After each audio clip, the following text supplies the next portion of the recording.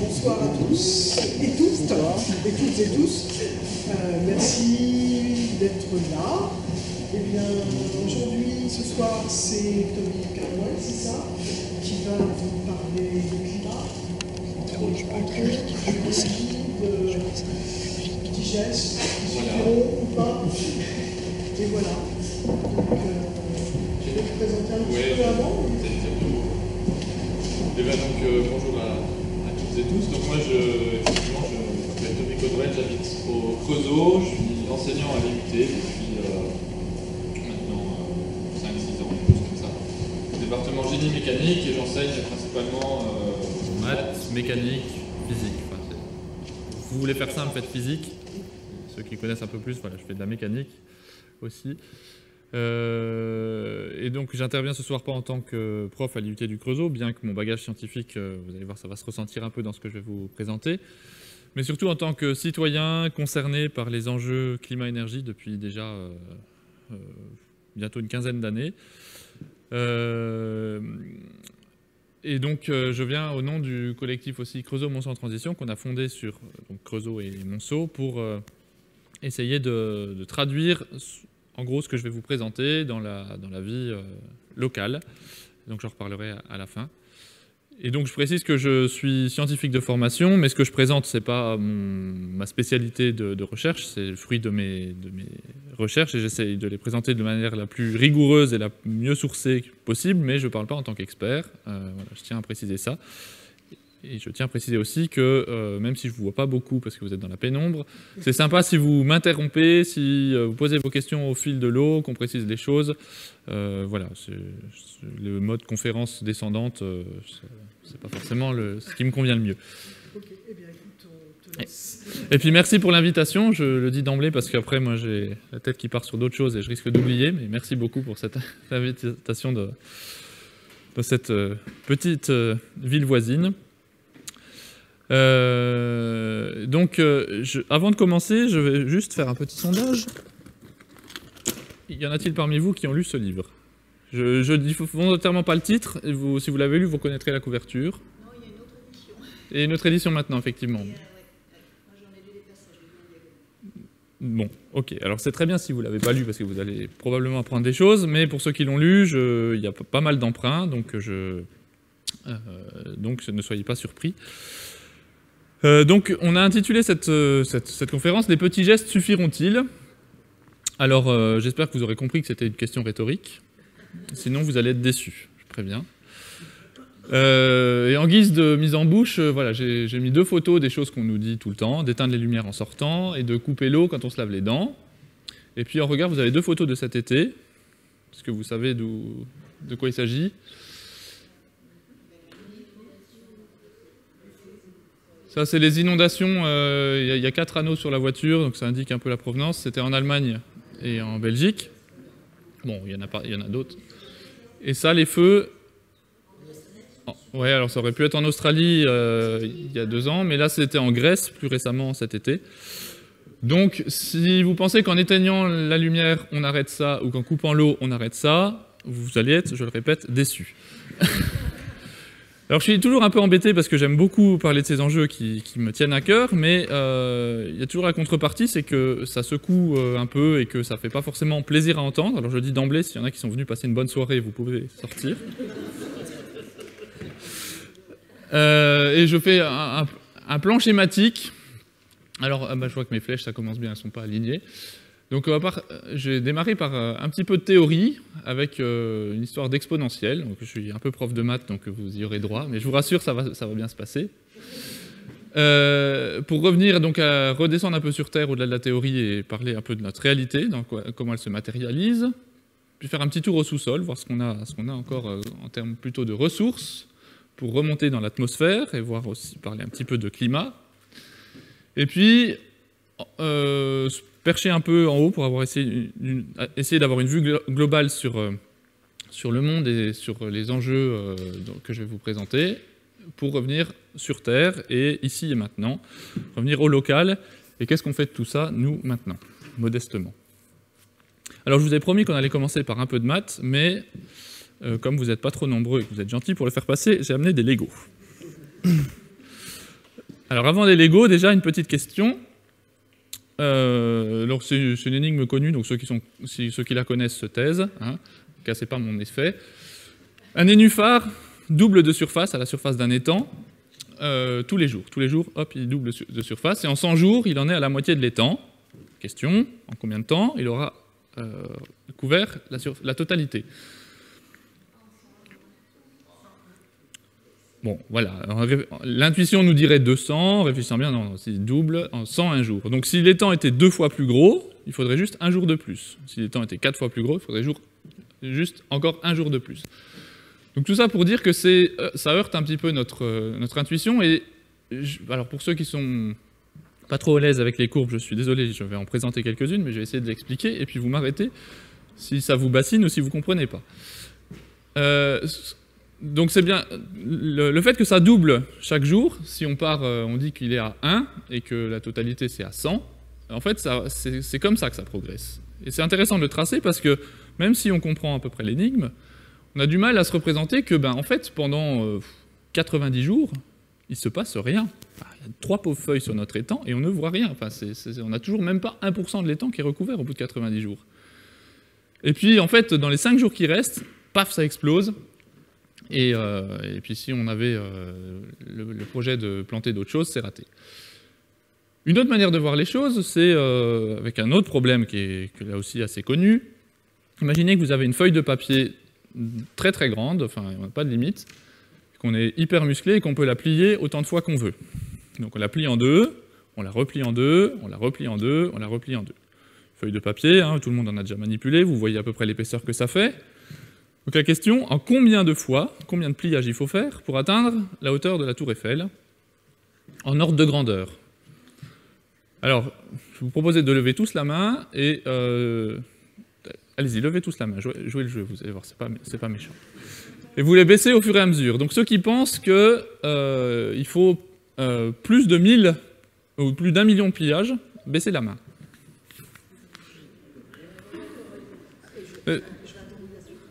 Plus d'1 millier de pliages, baissez la main. Plus de 100 pliages, baissez la main. Bon, tout le monde n'avait pas levé au début. Hein. On attendait de voir les différentes propositions, en fait. Alors, est-ce que quelqu'un a une idée ou est-ce que quelqu'un connaît l'énigme? Oui, Clément? 100? Eh bien, c'est beaucoup. Ah. C'est beaucoup moins de 100. En 22 fois, seulement 22 fois, votre feuille de papier, elle atteint la hauteur de la tour Eiffel. Parce que ça double à chaque fois. Et ce truc qui est complètement pas intuitif, même quand on enseigne la fonction exponentielle à ses étudiants, et même quand on a déjà fait cette énigme-là, c'est toujours contre-intuitif, c'est malgré tout important d'essayer de se familiariser avec ça, parce que ça a beaucoup de répercussions dans notre monde. Donc là, ça c'est... Voilà. Je ne sais pas si vous voyez la similitude entre la courbe d'avant et celle-là. Alors, celle d'avant était plus compactée, mais les deux, c'est en fait une fonction qu'on appelle une fonction exponentielle. Quand on dit que ça croît exponentiellement, c'est comme ça. Et il y a beaucoup de choses qui croissent exponentiellement. Votre compte en banque, votre compte d'épargne, il croît exponentiellement. Le problème, c'est qu'il est plutôt là. Et qu'il va falloir que vous vieillissez pas mal avant qu'il arrive là. Mais c'est un taux, quand on dit 30% chaque année, c'est exponentiel. Et donc, en fait, dans notre monde de tous les jours, on peut regarder un certain nombre d'indicateurs. Donc là, c'est des indicateurs liés à l'activité humaine. Donc on voit la population, alors là c'est peut-être un peu petit sur ce graphe-là, mais ils démarrent tous en 1750 pour se terminer en 2010. Donc en 1750, la population urbaine, elle était d'à peu près 1 milliard, et aujourd'hui, elle est bientôt à 8. Et elle a suivi une courbe qui ressemble pas mal à celle que je vous ai montrée, donc courbe exponentielle. On peut regarder le PIB mondial, donc le PIB suit pareil une courbe comme ça. Le trait il est à 1950, là, le trait pointillé, si vous voyez pas bien. Alors on va pas tous les faire, hein, mais la population urbaine, ça suit une évolution comme ça. La construction de gros barrages, ça suit une évolution comme ça aussi. L'utilisation d'eau, alors on n'a pas de données avant 1900, mais ça suit aussi une évolution comme ça. La production de papier, les télécommunications, le tourisme international. On pourrait en aligner plein. En gros, à peu près n'importe quel indicateur de notre société sur les 2 derniers siècles suit une croissance de ce type-là. Alors ça, c'est les indicateurs, on est content de les voir croître, cela, parce que globalement, c'est quand même pour notre confort, notre niveau de vie. Donc ça veut dire concrètement qu'on a plus de trucs. Et donc plus de gens, et puis plus longtemps, et qui mangent mieux, etc., etc. La contrepartie naturelle, elle est là, c'est-à-dire que, alors, carbone dioxyde, c'est le CO2 dans l'atmosphère, donc je pense que vous avez tous entendu parler qu'il y avait un petit problème avec le CO2. Eh bien oui, parce que ça croît exponentiellement aussi, c'est la contrepartie de ce qu'on a vu avant. Les oxydes nitreux aussi, le méthane aussi, donc ça c'est pour les gaz atmosphériques, mais l'acidification des océans aussi, la perte de forêt tropicale aussi, les terres artificialisées aussi, etc., etc.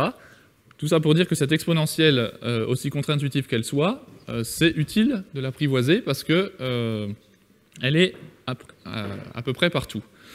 Et je vous mets un dernier exemple pour la route, vous y avez peut-être pensé, quand j'en ai parlé. C'est notre bon vieux Covid, hein, on l'aurait presque oublié. Donc là, c'est entre février, quand il n'y avait aucun problème, personne ne s'en souciait, à part éventuellement la Chine, et puis mois de mars 2020. Donc là, on voit pour le Canada, le Royaume-Uni, les États-Unis, la France, Portugal, l'Allemagne, l'Italie. Je me souviens d'avoir des collègues qui ont transféré ces graphes-là à peu près dans cette période-là sur notre liste de diffusion, en disant « Tiens, c'est marrant, ils ont tous la même tête ». Eh bien oui, ils ont tous la même tête, c'est une progression exponentielle, puisque chaque personne va contaminer des personnes, qui vont recontaminer des personnes, qui vont recontaminer des personnes. Et donc la propagation d'une épidémie, c'est bien connu comme étant un phénomène exponentiel, c'est même par définition un des meilleurs exemples qu'on puisse donner. Et je ne vous montre pas la suite tout de suite, j'en viens à mes Legos. Parce que quand je vous dis que c'est pas intuitif, c'est bien de le vivre. Alors il va me falloir 3 cobayes, je vous rassure, c'est pas méchant, c'est juste pour m'assister. La seule exigence, c'est de pouvoir compter un tout petit peu les blocs que je vais vous donner. Alors, j'aimerais bien que ça ne fasse pas comme les étudiants, que je ne sois pas obligé de désigner. Ouais, même 2 personnes, ça suffirait en fait. Il me faut un bûcheron. Et puis, il me faut un charpentier. Alors, mettez-vous peut-être plutôt de ce côté-là. Alors, c'est la première fois que je tente ça, ça va peut-être foirer, mais c'est bien des fois d'innover un peu. Donc, alors, qui est le bûcheron, qui est le charpentier? Comme tu veux. Ah, alors, grave question. Moi, je veux bien le bûcheron. Alors, voilà notre bûcheron. Notre bûcheron, il vit dans un chalet en bois. Donc, ceci est un chalet en bois. Donc là, c'est le village en construction, donc on a un chalet en bois. Alors il faut faire un peu travailler son imagination, hein. Je suis désolé, c'est pas très figuratif. Mais voilà, ceci est une forêt. C'est une forêt composée d'arbres, ceci est un arbre. Donc notre bûcheron, qu'est-ce qu'il fait? En bon bûcheron, vous allez aller à la forêt, et à peu près votre quota, c'est de couper un arbre par jour. Donc là, aujourd'hui, vous allez en forêt, vous coupez un arbre. Voilà, coupez un arbre. Vous le ramenez chez vous. Et puis, alors l'arbre, il va vous servir à 2 choses. Il va vous servir d'une part à chauffer votre chalet. Donc là, il y a une partie qui part en fumée. Celle-là, vous me la donnez.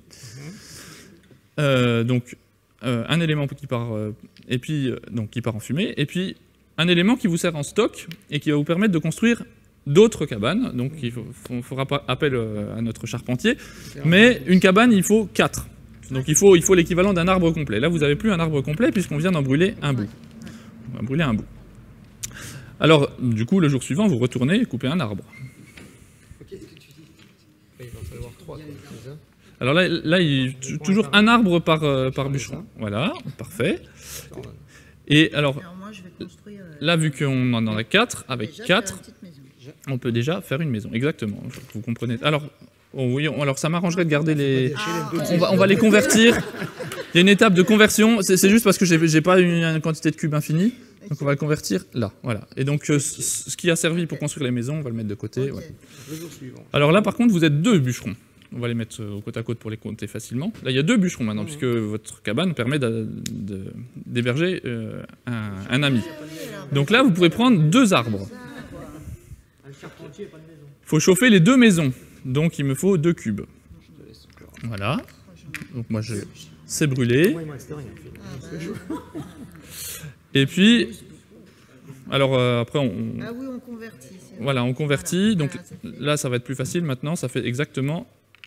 Voilà. Donc nous avons maintenant 4 bûcherons. Ces 4 bûcherons, ça peut être très long, mais je vous rassure. Alors les 4 bûcherons, ben voilà, maintenant vous avez compris le principe. Alors, 4 arbres. On continue de jouer, quoi. Voilà, on continue de jouer. 4 arbres. Alors on peut... Là, il y en a 4 à prendre, donc on peut prendre directement une pile, voilà. C'est brûlé.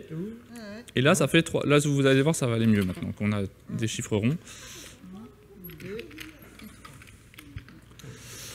Je continue de couper. Alors là, maintenant, il y en a 7. Voilà, c'est- donc il en faut. Alors ça fait des rangées de 5. Hein. D'ailleurs, si on peut simplifier la vie, comme ça, Ouais. une rangée, c'est une rangée. D'accord. Là, maintenant qu'on est donc. 7 bûcherons, on va couper 7 arbres. En entier, on coupe 7. 3, 5. Et le 7. Vous pouvez vérifier qu'on fait bien les comptes. Hein. Le 7, Donc, il m'en faut 7. 3. Voilà. 1. Ça, c'est brûlé pour chauffer nos bûcherons, parce qu'il fait froid quand même. Et puis tout ça, ça fait combien du coup? On arrive à 5 nouveaux locataires. On va le Et puis garder. celui-là, on le garde sous le coude. Voilà. 1, 2, 3, 4, 5. Voilà, donc on fait la conversion. Tac. Je les mets parce que je suis. Voilà. Pardon. Et donc pendant ce temps-là, du coup, on se retrouve avec cette fois 10, 12 bûcherons. Alors, ouais, si vous voulez vous simplifier la vie, hein, ça fait Ah oui. 5, donc on prend 2 rangées, ça fait 10. J'ai essayé de... Comment? Le charpentier va pas arriver à suivre, il est tout seul. Alors, le charpentier, donc là on en a 20 normalement. Il nous a a... rangé déjà. Donc 22, là ça doit faire 22, voilà. Donc je t'en donne le 22. Donc il m'en faut. On en brûle 22 parce que ça, il faut se chauffer. Alors je vous rassure, on va pas faire ça toute la soirée. Hein. Je sens déjà l'impatience. Donc T'en as assez? là j'en ai 20 je crois. Ouais. Donc il m'en faut encore 2. Non, il y a un souci. Non, j'en ai 12. Je savais pas Ah oui, non, il m'en faut... Non, il en faut 12, pardon. Voilà, C'est moi qui ai dit des bêtises. C'est... Donc 12, voilà. Je les brûle. Est-ce que vous commencez à voir où on veut en venir? Alors si vous commencez à voir où on veut en venir, parce que nous on est le nez dedans, on coupe notre forêt, il en reste quand même un paquet hein, dans la forêt. Pour l'instant, on n'a pas beaucoup entamé, donc ça peut durer encore longtemps. On n'est pas encore très très nombreux non plus. Donc là, on est à... Ça fait un chiffre rond? 20. Eh ben 20, donc ça c'est facile. Alors 20, je vous laisse défricher la forêt.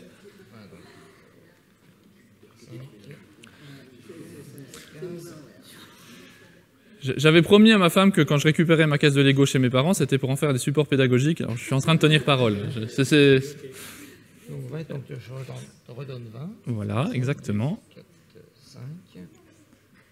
Joue. Tac. Et donc, On va tout finir. alors là, on est dans un monde infini, hein, donc je peux en remettre dans la forêt si je veux. Hein. Ouais. La forêt repousse. Non, ça fait 3 rangées. Une. Et vous voyez, je vais en remettre plein, mais vous voyez ce qui va se passer derrière. C'est que là, vu le nombre de charmants bûcherons qu'on a, Maintenant on construit. Les bâtisseurs. Hein. voilà. Alors, on est à combien là? 10, 20, 30, 35. Alors, 10. Oups là. 20. Qui cachait la forêt. C'est du direct. Oui, j'en ai perdu un là. 30. Et encore 5. Voilà, donc tout ça. Ça, c'est la future forêt qui va repousser. Donc 35. Donc il nous en faut 35 ici, donc alors là j'ai 12, là j'ai encore 12, ce qui me fait 24. Encore 12 là. Et encore 12, et puis il faut que j'en enlève un, voilà. Bon, on va peut-être pas s'amuser à tous les mettre, on va peut-être s'arrêter là, hein. Mais vous voyez ce qui commence à se passer. Donc on pourrait rejouer un tour, mais là j'ai beau remettre tout ce que je peux, ça va partir en fumée. Donc vous voyez la belle exponentielle qui est en train de se créer qu'on a là. Alors là on s'est amusé dans un monde infini, où la forêt je pouvais en mettre tant que je voulais. Alors je suis limité par mon nombre de cubes, faudra me racheter des Lego, mais on voit déjà la tendance. Alors maintenant, est-ce que Clément peut rentrer en scène et m'aider à refaire des piles de 4? Parce que donc la forêt est en train de repousser là. Donc tu m'aides à découper les piles de 4. Et notre on va repartir à 0. On va refaire, on va étudier un autre village. Donc on peut défaire voilà rapidement.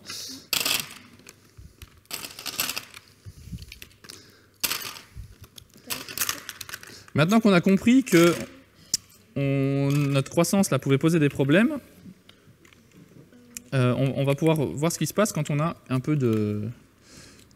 Quand ça se renouvelle d'une part, parce que là ça va se renouveler.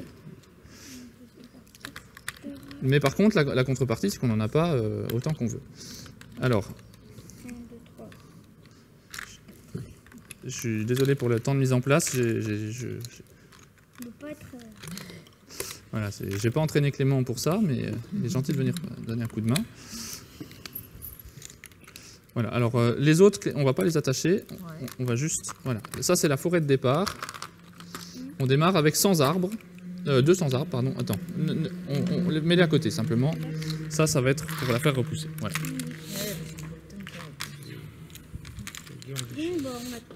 Voilà, merci beaucoup. Et donc, notre bûcheron, il redémarre là, et on est reparti pour un tour, mais attention, cette fois-ci, vous voyez que la forêt, elle n'est pas infinie. Alors elle va se renouveler. Moi, je vais essayer de ne pas oublier de refaire pousser la forêt à chaque tour, pour voir comment ça se passe dans ce cas-là. Alors, je vous laisse, vous connaissez votre métier. Hein.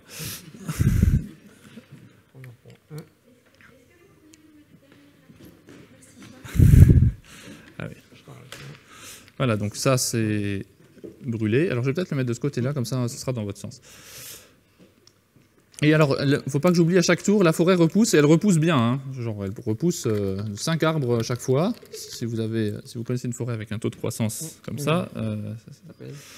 donc là, on a... Donc, vous m'en donnez un pour chauffer votre maison, et puis, avec les 3, notre charpentier va pouvoir...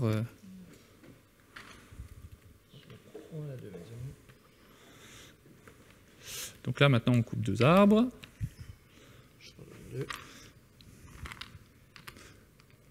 Voilà. Donc maintenant que vous avez vu un peu comment ça se passait, observez bien la dynamique là, donc, sachant que il servira plus tard. Pour l'instant, c'est du stock. Donc un de plus. Vous voyez que c'est quand même long à amorcer. On revoit ce que j'avais montré tout à l'heure avec notre nénuphar.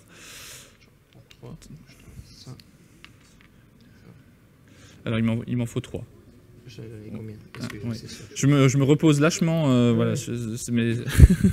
Et la forêt repousse. Je crois que j'ai oublié de faire repousser la forêt, donc je vais me rattraper vite fait. À côté. Oui, c'est bon. Ouais, ça va marcher quand même. Je fais. Moi j'ai ça. Il faut 4, c'est encore 2. Mais c'est eux qui suivent pas. Ouais, là. On a encore 2 draps.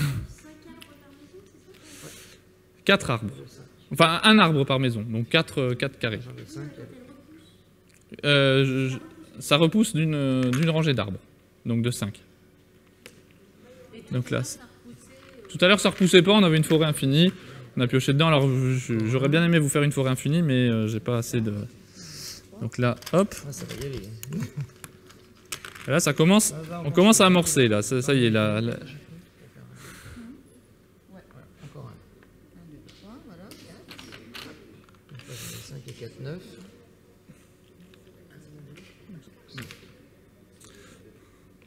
Voilà, 9. 4, 9. Je t'en donne, je vais il m'en faut 4. Et puis je peux prendre celui-là. Voilà. Tac. Et voilà. Bah là, tu... 5, 6, 7. Et la forêt, oui, merci. J'ai pourtant répété avant. 15, il y en a 15. Donc 15, c'est facile. 10. Et alors, on va rajouter une petite complication. C'est pas sympa parce que ça demande pas mal de concentration de compter ces trucs-là. Alors, est-ce qu'on est bon? On a les 15. Là, oui. 5, 10, 14, j'en ai rien de trop. C'est ça? Il devait y en avoir 15. Ah non, là j'en ai 15. Donc il en manque Non, peut-être. mais Non, c'est bon.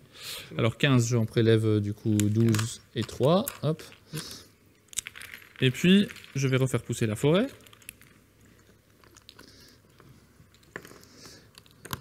Et à partir de maintenant, on est quand même des bûcherons un peu prévoyants.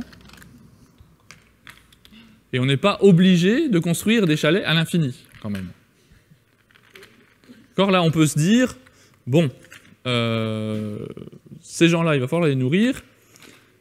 Et donc, on a le droit d'être prudent. On a le droit de ne pas tout convertir en chalet. D'accord, donc là, on va aller Là, on en a 26. Là. taper dans la forêt. Alors, 26, ça fait 10. Ah oui, alors, j'ai fait repousser la forêt ce tour-ci. Oui. Est-ce qu'il y a eu C'est mieux. Alors, 10, 20, et puis 25 et 26. Voilà. Donc, je veux bien récupérer 26 pour chauffer la maison.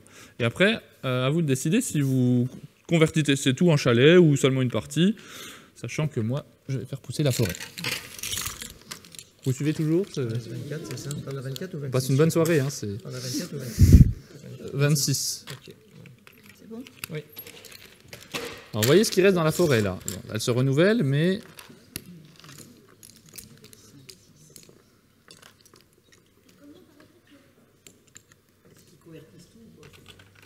Eh ben, c'est à vous de voir. Sachant qu'il faut quand même pouvoir chauffer les chalets. Ah oui. Si vous... Presque recoupé. Donc vous convertissez tout en chalet. Vous avez le droit. Hein, Bah non, tant qu'il y en a.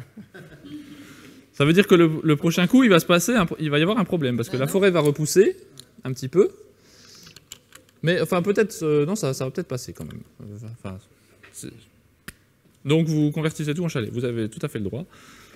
10, 20, 25, 26. Allez, et ben donc vous accueillez un certain nombre de nouveaux arrivants. Alors,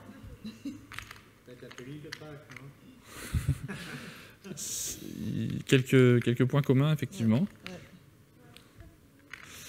Donc on arrive à 10, 20, 30, 30, 40, 45, c'est ça?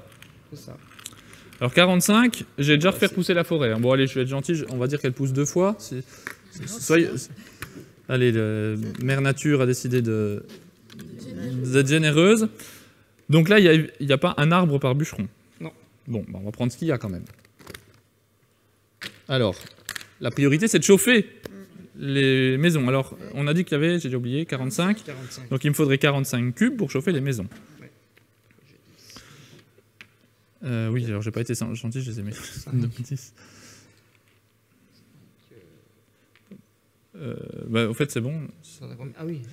Oui, parce que 5 fois 4, 20. Il t'en faut combien? 40? 45. Ouais, donc 40. Et puis encore 5. Bon, on arrive à chauffer les maisons. Après, alors, maintenant, à vous de voir si vous construisez des chalets avec ce qui vous reste. Ou si vous les gardez en stock pour chauffer demain, par exemple. Ça, la décision vous appartient. Peut-être faire un peu de stock. Hein, parce que... Enfin, moi, c'est coupé maintenant. ouais. Ben, on n'a plus rien. Bah, ça va pousser cette nuit, ça va pousser, mais... Pousser cette nuit, ouais. Ah oui, mais ça, je peux vous ordonner, par contre. Là. Ça, on n'est pas limité en... Il vous faut des chalets, je vous redonne des chalets. Mais vous gardez quand même en stock ou... Ouais. Ok. Alors, vous gardez en stock et la forêt repousse. Alors, on va faire des arbres comme d'habitude, donc de 5. Donc, bon, bah là, les bûcherons, il y en a un paquet qui vont être au chômage, mais on va quand même aller en forêt, hein, parce qu'il faut quand même se chauffer. Donc, on est resté à 45, donc il me faut de nouveau 45. Il faut un nouveau temps. Ah oui, parce qu'il fait froid.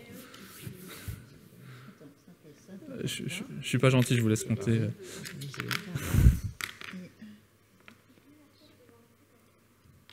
On pourrait dire le festival à Toulon-sur-Arroux, on s'amuse comme des fous. On a compté toute la soirée. Tout ça pour nous plomber le moral derrière. Hop. Donc, alors logiquement, ça doit faire à peu près la même, ou même exactement la même. Voilà. Bon, alors là, déjà, on a notre exponentielle s'est infléchie. Mais il va falloir quand même voir où ça nous mène. Donc, on va faire encore un tour ou deux. Donc, la forêt repousse de 5. Ça fait encore de quoi occuper 5 bûcherons, je vais y arriver. Et il nous faut de nouveau 45. Donc, reconstruire un peu. bah, c'est vous qui voyez, hein, mais la forêt, voilà. Donc 45, donc là on a 20, c'est ça. Là on a 40, 40 et 5 de nouveau. Donc je vais refaire une pile de 45. Et puis, ben, est-ce que vous voyez ce qui est en train de se passer? Est-ce que ce qu'ils ont en stock, ça diminue? Là on va bientôt se les geler quand même. Hein. Donc la forêt repousse, je vous en fais don, puisque vous avez bien mérité d'aller couper cette forêt. Et là, qu'est-ce qui se passe? Ben, je pense qu'en termes de chauffage, on y passe tout. Hein. On brûle tout. Et bien justement, on en a combien là? 12, 10... Non, 12, 14, pardon. Si je compte pas bien, ça va pas. 14, 28, 29, 30, 31, 32... 36, 36 et 5, 41. Donc là, il y a 4 maisons qui ne sont pas chauffées. Et donc les gens, on va être gentil, on va dire qu'ils s'en vont. Voilà, ils s'en vont. Donc on a perdu de la population. Mais là, maintenant, 5. Alors là, là du coup, on peut chauffer 5 x 4. Donc là, il n'y en a plus que 20 que vous pouvez chauffer. Donc là ça se dépeuple. Hein. Voilà. Et puis maintenant, la suite, donc ça repousse à 5. 5, c'est juste ce qu'il faut pour vous chauffer. Ça marche, donc on reste à 5. Et puis, on arrive à un équilibre. Du coup, maintenant, on va pas faire ça toute la nuit, hein, mais vous voyez qu'on a fait une bosse, et puis on arrive à un équilibre, donc là ça se prolongerait indéfiniment. Merci beaucoup pour votre contribution.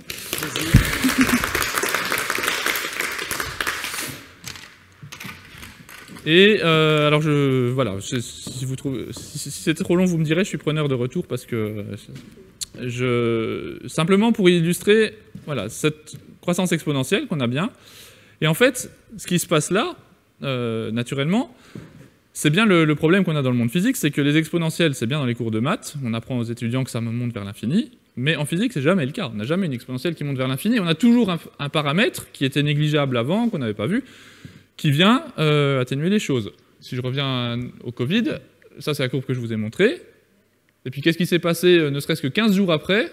Ne cherchez pas la France, je l'ai enlevée parce que les données étaient toutes moches. Non, mais je ne sais pas ce qui s'est passé dans le jeu de données. Mais vous voyez que toutes les exponentielles finissent par plafonner. Et indépendamment des mesures qu'on prend. C'est-à-dire, si on n'avait pas pris de mesure du tout, qu'est-ce qui se serait passé? Tout le monde serait contaminé. Et donc ça plafonne aussi, en fait. Donc il y a des limites qui peuvent être, comme ici, qui peuvent être dépassées. Et puis on revient à un équilibre. Et puis il y a des limites auxquelles qui sont des plafonds de verre, où on se heurte. Et donc la courbe, elle va ressembler plutôt au cas qu'on a ici. Donc là, c'est les 4 manières d'interrompre une exponentielle dans le monde physique. Donc soit, dans nos rêves, ça ne s'interrompt jamais, ou alors c'est plutôt que le monde est vraiment très très vaste, et donc on peut considérer que nos échelles de temps s'accroissent de manière exponentielle, c'est ce qu'on avait au début, mais vous voyez qu'on est quand même limité au bout d'un moment. Ça, c'est quand on a une limite qu'on ne peut absolument pas franchir. Par exemple, vous extrayez un minéral, ben, il y a une quantité finie dans le sol, et puis une fois que vous avez fini avec ça, c'est terminé. Et donc ça va faire cette forme-là, ce qu'on appelle une sigmoïde. Et puis on peut avoir des choses plus bizarres. Donc avec un dépassement, c'est ce qu'on avait ici. Donc quand on a un stock renouvelable, alors ça peut plafonner l'état d'équilibre, ça peut dépendre. Là, on aurait pu complexifier les choses. Ce qui se passe souvent, par exemple avec les stocks de poissons, c'est qu'on pêche au-delà du stock de renouvellement. Et en fait, du coup, la limite qu'on avait, elle s'érode. C'est-à-dire qu'elle est plus basse que le niveau qu'on aurait pu atteindre si on était allé progressivement en essayant de jauger. Ah, attention, là, ça commence à être compliqué de se renouveler, on s'arrête là, gentiment. En fait, on aurait pu avoir ce comportement-là si on avait vraiment anticipé et que là, on s'était dit, attention, le rythme de renouvellement n'est pas conforme à notre croissance, donc on va s'arrêter et on aurait pu essayer donc d'atteindre un équilibre plus gentiment. Mais le problème avec les exponentielles, c'est que vous avez vu au début, ça heurte complètement notre intuition et on est incapable de se projeter comme il faudrait. Et puis le dernier scénario, c'est que, alors c'est ce qui se passe pour le coup là, avec les stocks de poissons, c'est qu'on prélève à un rythme tel que le stock ne peut plus se reconstituer, et donc, si les pointillés schématisent la ressource, c'est un peu ce qui s'est passé à la fin, là on arrive à un effondrement. Et alors, une subtilité à ça, c'est que c'est lié aussi à la temporalité, c'est ce qui est mis dans le texte, mais pour faire très simple, l'exemple que j'aime bien prendre, c'est si vous allez vous êtes invité chez des gens à dormir, vous allez prendre la douche dans une salle de bain que vous ne connaissez pas, et puis vous voulez une certaine température, donc ça démarre froid généralement, donc on va pousser plus vite vers le chaud pour que ça augmente plus vite, mais comme vous ne connaissez pas la salle de bain, vous risquez de passer un seuil où vous brûlez et de revenir. Comment faire pour éviter ce seuil ?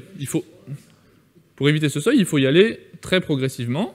Donc vous allongez la constante de temps, et puis vous avez le temps d'atteindre l'équilibre, et donc d'arriver gentiment à la limite que vous voulez. Donc il y a un problème de vitesse du signal. Et là, c'est un peu ce qui se passait. Le signal de « attention, la forêt disparaît », il nous est arrivé trop tard, en fait. Il aurait fallu qu'on anticipe bien avant, ou alors qu'on aille moins vite. Voilà. Donc tout ça pour dire que ce problème des limites, c'est vraiment quelque chose qui est intimement lié aux exponentielles. Donc si vous voyez une courbe qui a la forme que je vous ai présentée, ayez en tête, c'est une exponentielle, et ayez en tête la contrepartie, c'est que ça n'ira pas, la petite phrase que j'aime bien, c'est que les arbres ne poussent pas jusqu'au ciel. Même si un arbre a une croissance exponentielle, il y a un moment où la sève va avoir du mal à monter, et puis où il va arriver à la limite. Alors, on va en venir un petit peu plus dans le détail. Exponentielle toujours, ça c'est la production mondiale d'énergie primaire. Donc, là, je ne sais pas si vous la voyez, alors il y a des choses qui se passent dans la vraie vie, donc des fois qui viennent perturber, c'est comme le Covid, c'est pas des exponentielles parfaites, parce qu'il y a des gens qui ont les idées saugrenues de mettre des mesures, de confiner, voilà, donc ça vient entraver un peu la marche du virus. Donc là, en l'occurrence, il s'est passé quelque chose ici, qu'est-ce que ça peut bien être ? Les chocs pétroliers, effectivement, qui ont, pour la seule fois presque probablement dans l'histoire de l'humanité, mis un coup de frein à la consommation énergétique mondiale. Alors, qu'est-ce qu'on voit sur ce graphique ? On parle de production d'énergie primaire. Alors, une énergie primaire, c'est une énergie qu'on trouve directement dans la nature.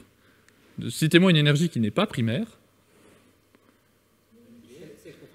L'électricité, ce n'est pas une énergie primaire, à moins que vous soyez capable de vous brancher directement sur un éclair d'orage.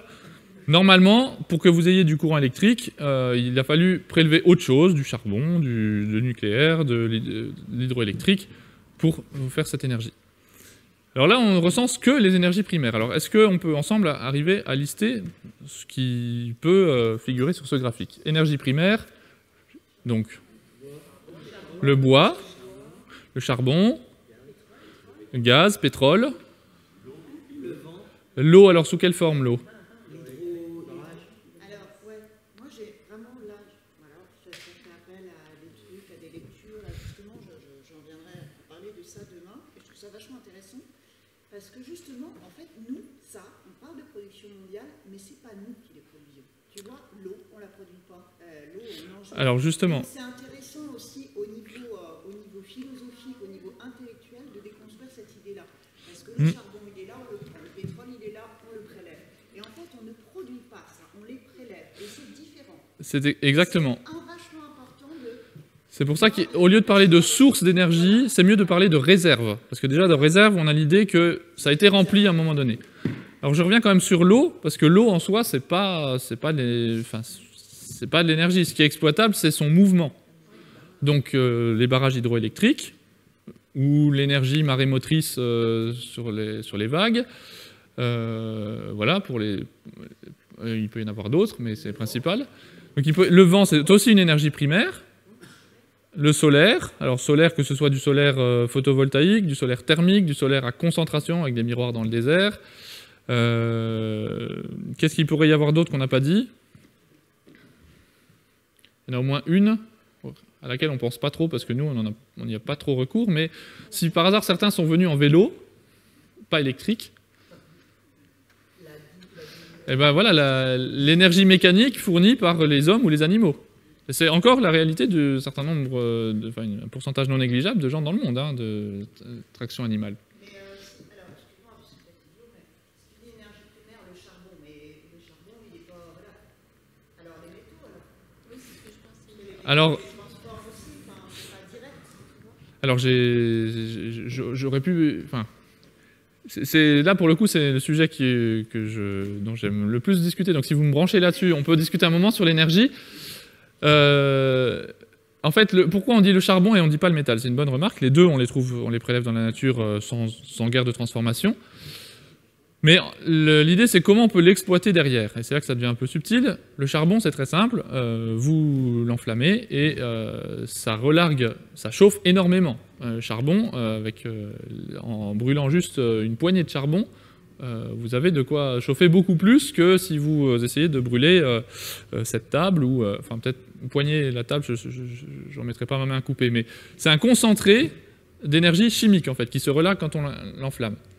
Un métal, il y a de l'énergie dans un métal, mais ça va être l'énergie de liaison entre les atomes par exemple, et c'est à peu près tout ce qu'on peut exploiter sur un métal. Pourquoi? Parce que c'est juste une différence de composition chimique. Non, c'est ce qu'on peut exploiter. En fait, ça vient de la chimie. Il y a des objets qui ont un potentiel calorifique élevé, donc ça veut dire qu'ils vont s'enflammer facilement et donc ils vont pouvoir créer une réaction de combustion. Ce qu'on peut faire avec un métal, mais il faut monter très très très haut en température et ça devient pas très intéressant du coup à notre niveau. Mais alors, ça sera en énergie secondaire, parce que tu vois, l'électricité, c'est fait tous les câbles, c'est des métals, quoi, à la base, à l'intérieur. Alors l'électricité... non, l'électricité c'est un... Non, mais ça fait partie du sujet. Donc l'électricité, c'est un mouvement des électrons au sein de la matière. Et il se trouve que dans les métaux, ça circule bien, que dans une table en bois, ça circule moins bien, que dans l'eau, ça circule aussi pas trop mal. Voilà, il y a des matériaux, ils ont des propriétés particulières. Donc il y en a certains qui brûlent bien, donc on les considère comme des sources d'énergie. Le bois, le charbon, le pétrole, le gaz, et un certain nombre d'autres composés. L'hydrogène. Donc ça, c'est des composés qui brûlent bien. Et il y a des composés où chimiquement, ils sont très stables. Et donc on ne peut rien en tirer par combustion. Par contre, on peut... voilà, cette brique de Lego, ça peut être une source d'énergie cinétique si je la mets en mouvement. Mais bon, il faut la mettre en mouvement et récupérer son énergie. Et c'est ce qu'on fait avec de l'eau. L'eau, on la met en mouvement et on récupère son énergie cinétique. On peut récupérer son énergie chimique si on la fait brûler, parce qu'effectivement, ça brûle aussi, c'est quand même du pétrole à peu de choses près. On peut récupérer, si on est très très bon, on peut faire fissionner ces atomes et récupérer l'énergie nucléaire, mais là ça demande un équipement qu'on n'a pas dans cette salle. Qu'est-ce qu'on peut faire d'autre? On peut juste la laisser tomber, et on récupérera son énergie potentielle de gravité. Mais il y a des formes qui sont plus intéressantes que d'autres. Quand on fait tomber un truc, pour récupérer son énergie, on a intérêt à ce qu'il soit lourd. Quand on récupère son énergie cinétique, on a intérêt à ce qu'il se déplace vite. Donc c'est pour ça qu'on récupère l'énergie cinétique du vent, parce que ça fait une grosse masse avec de la vitesse. Mais on ne récupère pas l'énergie cinétique des oiseaux, par exemple, parce que ce serait très compliqué, puis je ne suis pas sûr qu'ils seraient d'accord. Mais pourtant, ils ont l'énergie cinétique. Hein. Si vous captez un oiseau dans un filet, puis que vous êtes capable de récupérer l'énergie au moment du choc, vous allez pouvoir faire peut-être quelque chose. Mais on peut récupérer l'énergie cinétique au freinage aussi, quand dans un véhicule. Enfin, je ne voudrais pas faire une grande traité de physique là-dessus. Mais je ne sais pas si ça clarifie un peu les choses. Oui, mais ce que je me disais, c'est qu'alors, principalement, cette énergie primaire, elle est combustible. Alors, oui, c'est la manière la plus facile d'exploiter l'énergie quand elle est pétrole, gaz et charbon. Ça brûle très très bien, c'est facile de faire brûler, ça s'auto-entretient en plus quand ça brûle. Le problème de l'énergie sous forme de chaleur, c'est que c'est pas facile à exploiter derrière. C'est-à-dire qu'on peut très bien chauffer une maison, là du coup on exploite directement la chaleur. Mais si vous voulez mettre un véhicule en mouvement, ce que vous faites tous les jours dans votre voiture, là c'est un rendement tout pourri. C'est-à-dire qu'il y a 1/3 de l'énergie qu'on arrive à passer de la chaleur au mouvement, et il y en a 2/3, ça reste de la chaleur, donc votre moteur chauffe, ça chauffe l'air ambiant, mais ça ne fait pas avancer la voiture. Pour autant, pourquoi on le fait ? Parce que c'est hyper abondant, c'est hyper facile à extraire, c'est hyper facile à transporter, et donc tous ces avantages-là compensent l'inconvénient en termes d'efficacité, on est quand même qu'à 1/3, quoi. Je ne sais pas si ce que je dis est clair. Alors, toutes ces énergies, là, elles sont représentées là-dessus, donc toutes ces formes d'énergie. Et donc, à votre avis, quelle est celle qui fait le socle là en bas, qui représente à peu près 1/4 de la production mondiale actuelle? C'est effectivement... Alors, j'ai entendu plusieurs choses, donc j'ai dit c'est effectivement, mais c'est le pétrole. Le charbon, il va venir juste après, et on peut se référer au fait que ça a démarré quand même avant. D'accord ? Mais 1/4 de l'énergie consommée dans le monde, c'est du pétrole. À peu près 1/3 du charbon. Pardon, j'ai dit... non. 1/3, 1/4, 1/5. Donc 1/3 du pétrole, 1/4 le charbon, et 1/5 le gaz. Alors, non, ça s'empile, c'est-à-dire que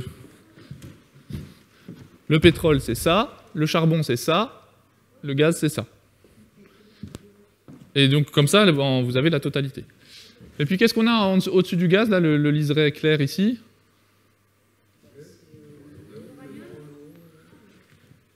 Alors, c'est effectivement le nucléaire, qui a démarré dans les années 60, en gros. Le liseré d'après...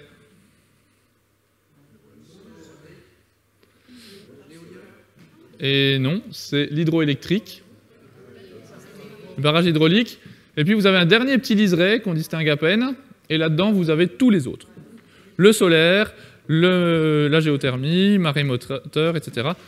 Et donc là-dessus vous avez tout, alors sauf le bois, c'est marqué en haut. Le bois, ça fait c'est quelque chose d'à peu près continu, qui est difficile à quantifier exactement parce qu'il y a beaucoup de choses qui échappent au flux marchand, donc au comptage. Mais le bois, ça fait un liseré en dessous un peu plus épais que le charbon sur à peu près tout le long. Mais voilà. Donc là-dessus, vous avez vraiment toutes les énergies qu'on consomme actuellement. Et donc vous voyez que les renouvelables, on en parle énormément, ça se développe, etc., etc. Enfin, il y a quand même un challenge à remplacer avec ce petit bout vert tout ça. Et c'est un challenge, mais autant vous dire tout de suite que ça n'a aucune chance d'arriver, parce que si ces trois-là occupent autant de place, c'est à cause de leurs atouts que n'ont pas les renouvelables.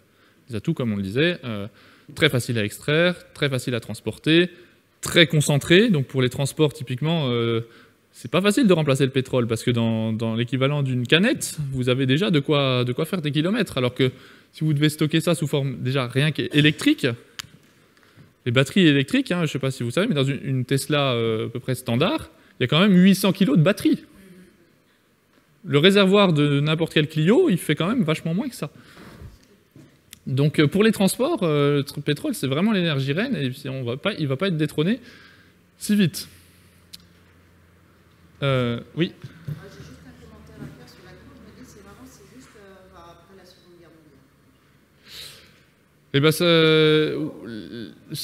mondiale. C'est après la Seconde Guerre mondiale, mais on est quand même sur un phénomène, du coup, une exponentielle qui était amorcée bien avant. Hein. Mais ça se voit beaucoup après la Seconde Guerre mondiale. Ouais, tu peux voir une exponentielle, mais après, qui te dit que ça aurait pu être autre chose qu'une exponentielle? Alors oui, mais là, avec le pétrole, on a bien ce qu'on avait avec notre petit bûcheron, c'est-à-dire que plus on en a, plus on est en capacité d'en extraire, Donc le phénomène s'auto-entretient, et c'est ça qui génère l'exponentielle. Et c'est tellement pas cher. Au début, le pétrole, on ne savait pas qu'on pouvait en faire de l'énergie. Hein. On s'en servait surtout pour remplacer la graisse de baleine qu'on utilisait pour des cosmétiques, pour des lampes, pour plein de choses, mais pas pour les transports. Puis quand on a découvert le potentiel que ça avait, voilà, à partir du moment qu'on se rend compte de ce qu'on peut faire avec, bah là c'est fini, vous ne les retenez plus les gens. On n'était pas là à ce moment-là, mais on aurait été pareil. Ça représentait vraiment le... Et en plus, le pétrole, il a un certain nombre d'avantages en termes de lubrifiants, en termes de produits dérivés qui permettent, par exemple, de faire des grosses machines. Ça, pendant la révolution industrielle, on a pu développer aussi des très grosses machines, mais les engrenages n'ont pas été inventés à ce moment-là. On faisait des montres et des dispositifs très sophistiqués avant, sauf que il fallait de l'énergie pour pouvoir, d'une part, modeler ce métal, et d'autre part, le lubrifier et mettre en mouvement des énormes machines, quoi.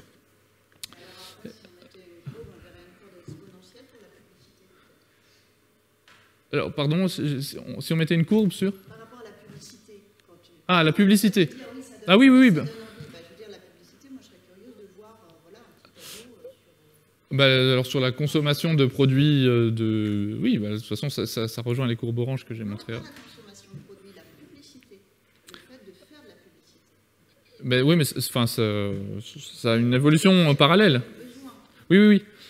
Mais c'est la consommation s'auto-entretient, si c'est ça que vous voulez dire. Donc, plus on consomme, plus on a de... C'est-à-dire que le surplus d'énergie, il y a un moment, une fois qu'on a fait des maisons, des vêtements, de quoi se loger, il faut qu'on en fasse quelque chose. C'est ça le drame. C'est pour ça qu'on est passé très rapidement que cette évolution entraîne une société très rapidement consumériste, parce que l'énergie est tellement abondante, on produit tellement de biens, qu'il faut en faire quelque chose. Je suis bien d'accord. Mais c'est comme ça que ça s'est mis en place.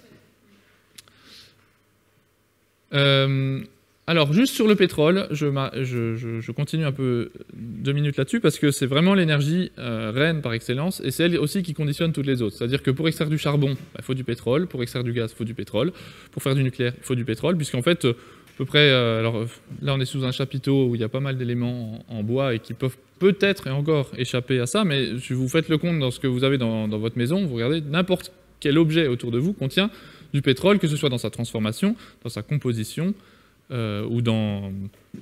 j'ai perdu le fil, composition, transformation, ou même dans son procédé de fabrication. Donc le pétrole, au début du XXe siècle, c'était littéralement ça. Dans les endroits qui vont bien, notamment aux États-Unis ou dans le Golfe Persique, en forant au bon endroit, ça sortait tout seul, littéralement tout seul, et c'était du pétrole d'excellente qualité.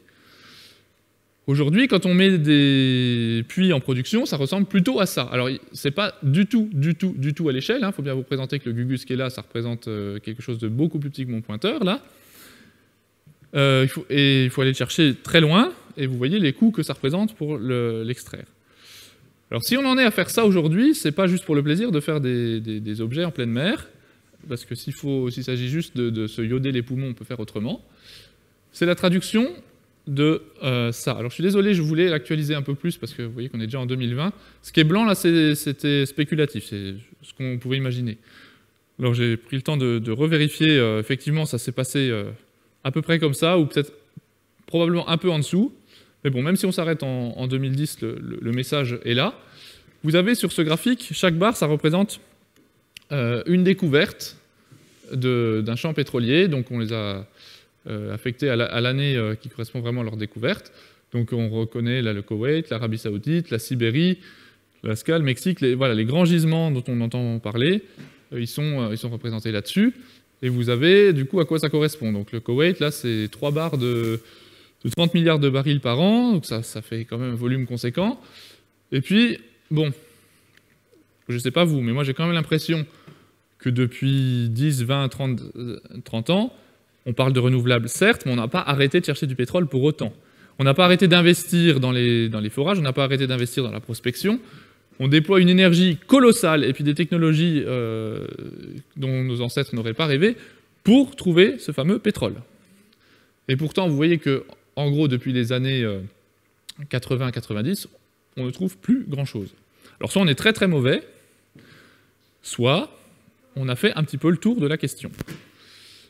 Alors ce qui est intéressant de voir, c'est en termes de production ce que ça donne. Donc on retrouve, enfin, c'est une autre manière de montrer ce qui était sur le graphe d'avant, hein, on retrouve la même exponentielle qui commence à plafonner déjà depuis longtemps, et pour laquelle on a atteint un pic, ou un plateau, parce que c'est plus un plateau, même un plateau ondulé. Le fameux pic pétrolier, il ressemble en fait plutôt à un plateau ondulé, de pétrole en 2008, 2006-2008. Est-ce un hasard que la crise soit intervenue dans ces eaux-là? Un certain nombre d'experts s'accordent à dire que non, puisque l'économie, elle est pilotée par le pétrole, et même s'il y a des spéculations, des mécanismes financiers qui viennent se greffer par-dessus, en toile de fond, ce qui se passe, c'est quand même bien qu'en termes de ressources, on n'est pas dans les projections de croissance dont on aurait pu rêver.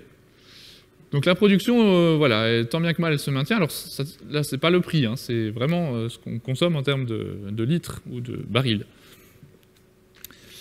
Et donc, il semblerait qu'on n'en trouve plus beaucoup, et que même si demain on en trouve 2 petites barres marron comme il y a là, vous voyez que ça ne change pas énormément la face du problème. Rappelez-vous, tout à l'heure, ma forêt, là, j'avais beau remettre 5 arbres à chaque fois, ce qui paraissait beaucoup quand on démarrait. En fait, ça ne prolonge en rien du tout la fête, on va dire. Et pour illustrer ça, j'aime bien... alors, je n'avais pas trouvé de plus récent que ça. Donc, en 2017, on pouvait lire ce titre dans Le Monde, là. Découverte en Alaska d'un gisement de 1,2 milliard de barils de pétrole. Est-ce que ce ne serait pas contradictoire avec ce que je vous ai montré juste avant? 1,2 milliard de barils de pétrole, puis on peut lire, voilà. En plus, c'est du pétrole récupérable, c'est pas quelque chose qui restera dans la croûte terrestre parce qu'il est trop dur à extraire. Et donc, on vous dit, c'est la plus importante découverte conventionnelle d'hydrocarbures des 30 dernières années sur le sol américain. C'est quand même, en termes de superlatifs, c'est pas mal. Alors, à votre avis, 1,2 milliard de barils de pétrole, en termes de consommation mondiale, ça représente combien de temps? Est-ce qu'on se prolonge de 20 ans, de 15 ans, de 10 ans, 5 ans, 1 an?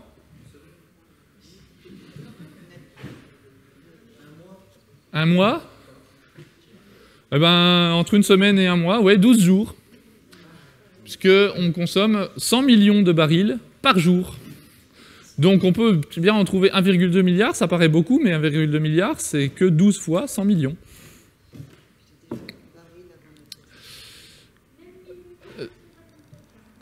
Alors 1000 milliards, ça commencerait à compter un peu plus, mais je n'en ai pas entendu parler jusqu'ici.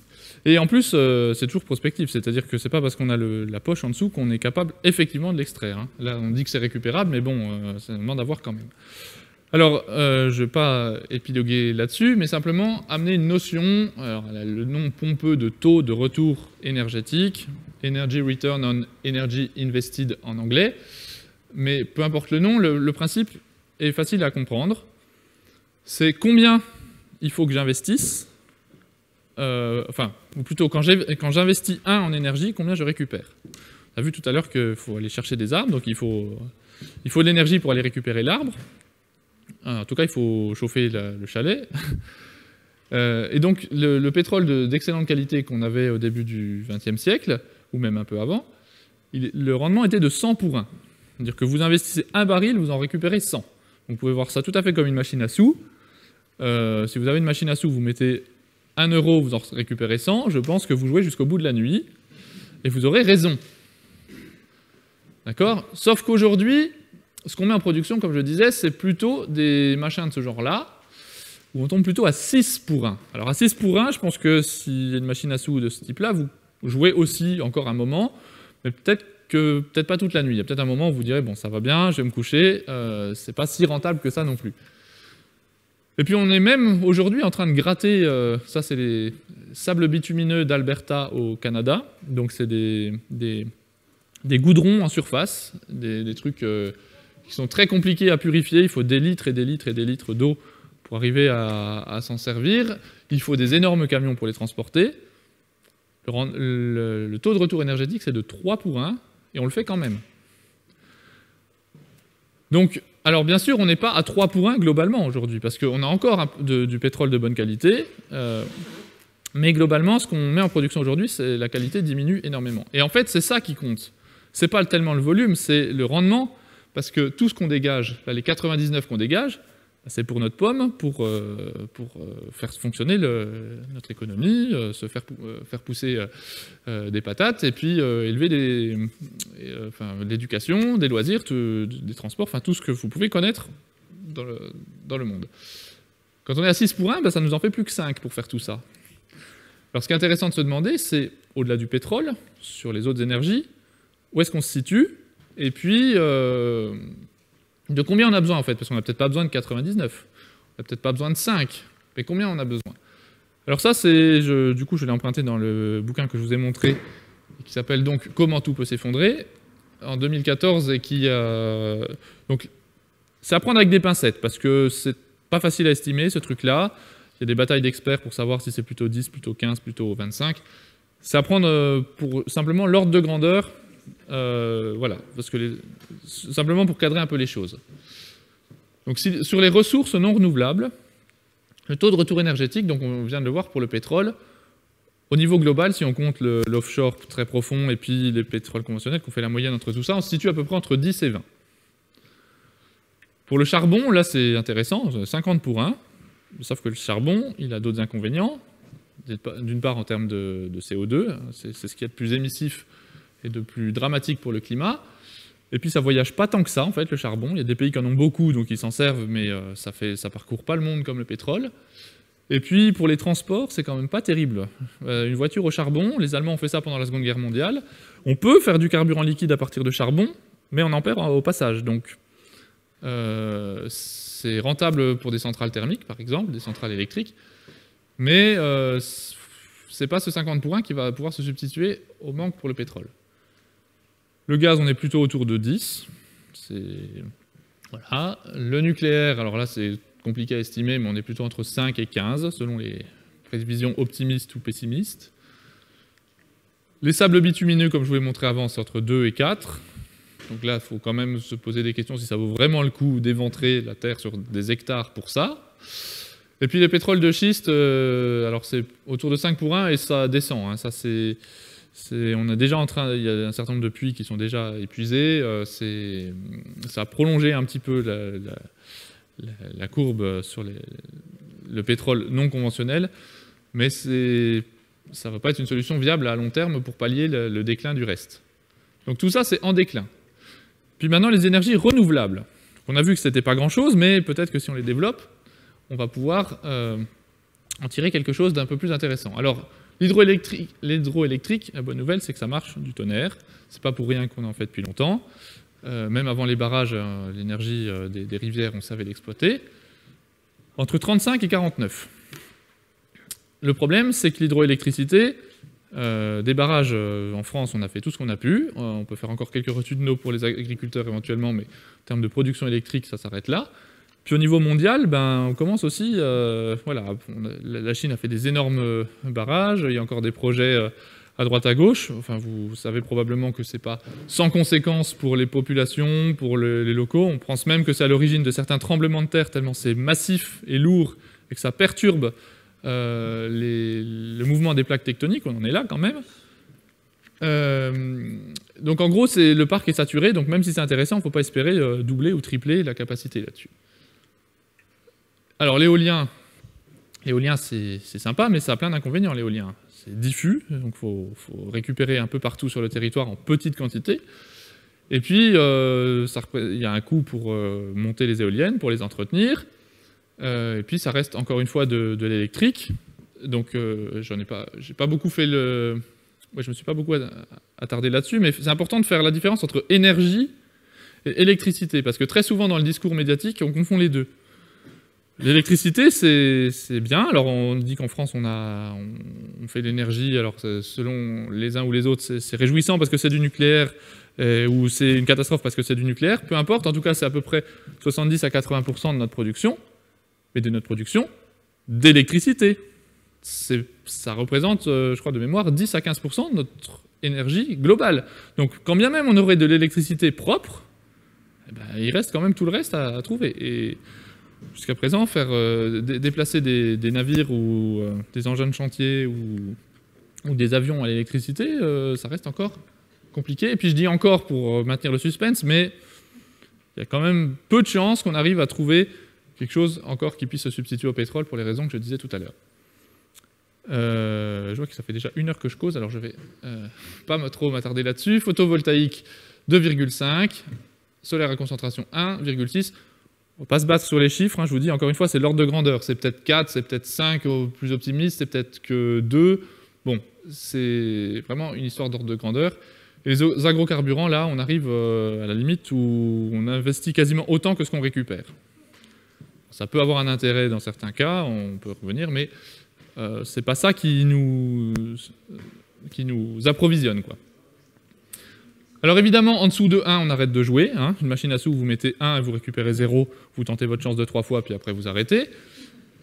Et on estime aujourd'hui que pour maintenir notre société telle qu'elle fonctionne, avec ses avantages et ses défauts, il faut être à peu près à 12. C'est-à-dire que il faut les premiers barils que vous extrayez vous servent à raffiner votre énergie, après à la transporter sur le lieu. Après, quand vous avez encore un peu de surplus, vous pouvez envisager d'en mettre dans les tracteurs pour l'agriculture. Puis quand vous en avez encore un peu plus, vous pouvez vous en servir pour faire des routes et puis des villes. Et puis quand vous en avez encore un peu plus, vous pouvez faire des hôpitaux, des écoles, etc. Puis quand vous en avez encore un peu plus, des loisirs, du tourisme, du cinéma, tout, voilà. Donc actuellement, tout ça tourne avec... Il nous faut dégager un surplus d'à peu près 12, en moyenne. Comment ?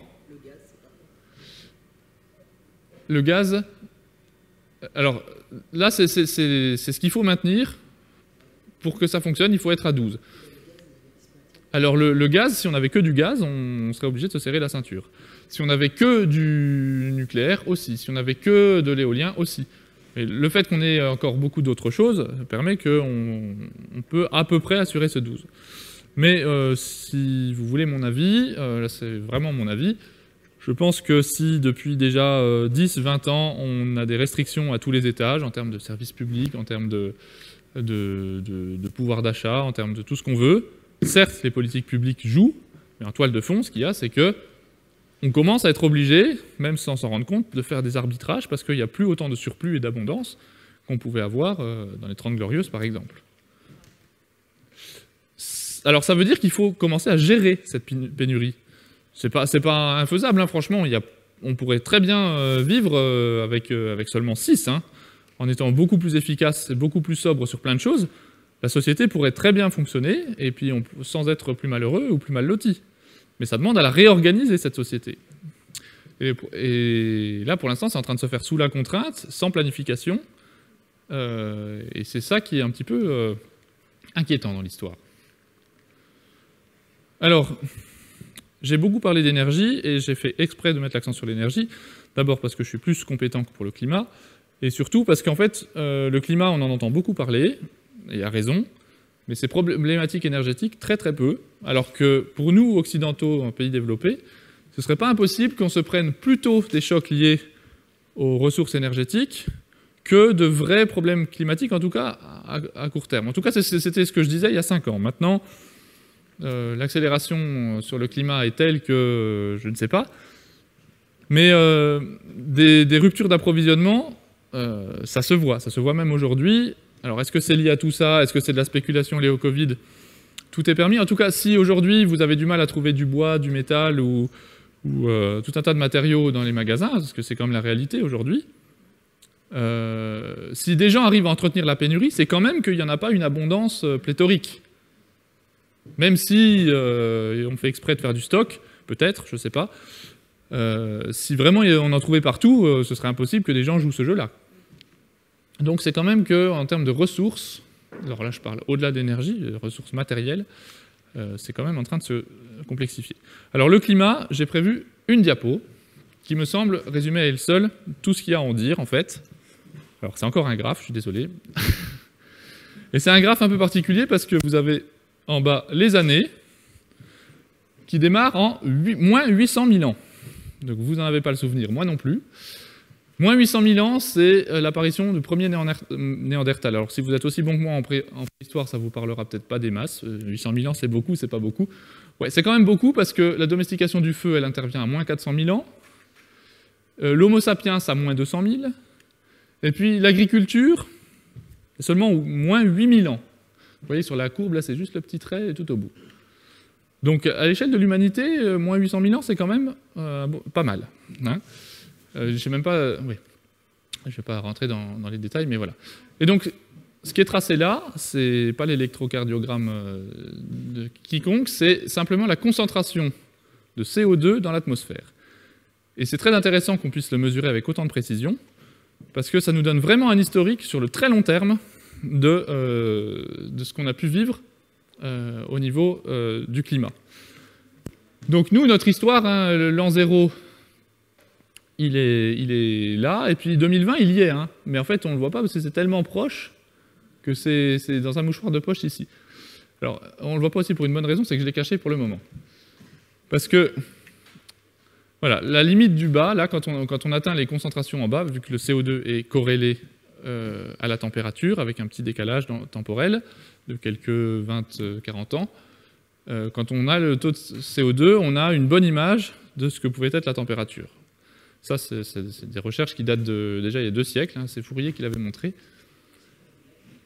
Et je mets une autre droite, ça, c'est ce qu'on appelle le niveau de CO2 de l'ère pré-industrielle, c'est-à-dire qu'en 1790, on était là. Et oui, parce que je vous ai caché la fin de l'histoire, puisqu'en 1790, bon, vous n'étiez pas là et moi non plus, mais en 1960, certains dans cette pièce y étaient. En 1980 aussi. En 2000, quasiment tout le monde. Et en 2021, tout le monde. Donc j'ai pris les dernières données août 2021 et faites de mois en mois, on voit la progression. Quand je vous parle d'exponentielle, alors là c'est trop compacté pour qu'on puisse le voir, mais si on zoome sur les 2 derniers siècles, enfin du reste c'était ce que je l'ai montré dans mes panels de courbes orange là au début, on est sur une sacrée exponentielle. Et là le problème c'est que le plafonnement, là c'est des parties par million. Donc en fait, le CO2 dans l'atmosphère, on peut encore en mettre un paquet.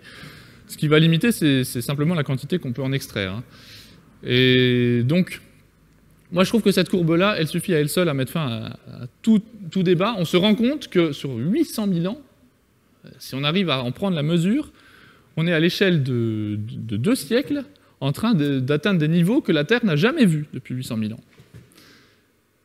La sortie d'une ère glaciaire, vous pouvez voir là, ça se passe sur des dizaines, voire des centaines de milliers d'années. Ce qu'on est en train d'imposer, là, c'est à l'échelle, encore une fois, de 2 siècles. Et c'est des nombres qui nous dépassent, enfin, des nombres avec autant de zéros, on n'arrive pas à en prendre la mesure.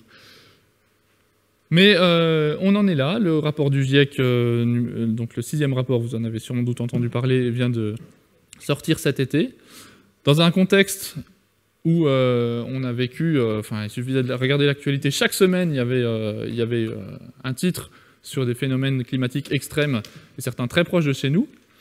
Et à ma petite échelle à moi, où je fais ce genre de singerie devant du public déjà depuis quelques années, la première fois que je fais vraiment sur ce sujet-là, c'était il y a 3-4 ans.